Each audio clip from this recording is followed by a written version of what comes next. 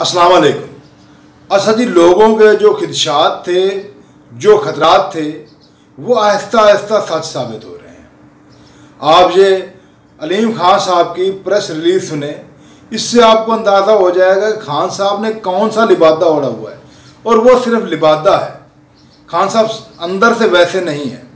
वो साफ लफ्ज़ों में कह रहे हैं कि जो लोग खान साहब के करीब हैं, शाह महमूद कुरैशी साहब हैं और जो 2-4 और बंदे हैं जो खान साहब के करीब हैं, जो खान साहब के साथ इकट्ठे होते हैं, जिनको सारे राज पता हैं, उनसे कसम लें, कुरान पाक पर हाथ रख कर पूछें उनसे, तो मेरे ख्याल में अब देर नहीं करनी चाहिए।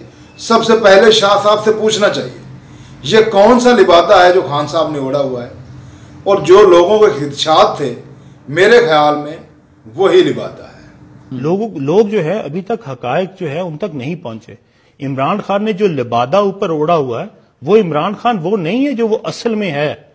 इमरान खान को जो करीब से जानते हैं, इवन हमारी पार्टी वाले, अगर आप इनको कुरान पे हाथ रखवाएं और शाह महमूद को और शीरी मजारी को और असद उमर को और बाकी सब को, और उनसे पूछें कि ये अलीम खान जो कह रहा है क्या ये झूठ बोल रहा है, तो रखवाएं इंसानों के हाथों पे कुरान, और उनसे पूछे कि अलीम खान झूठ बोलता है या सच बोलता है।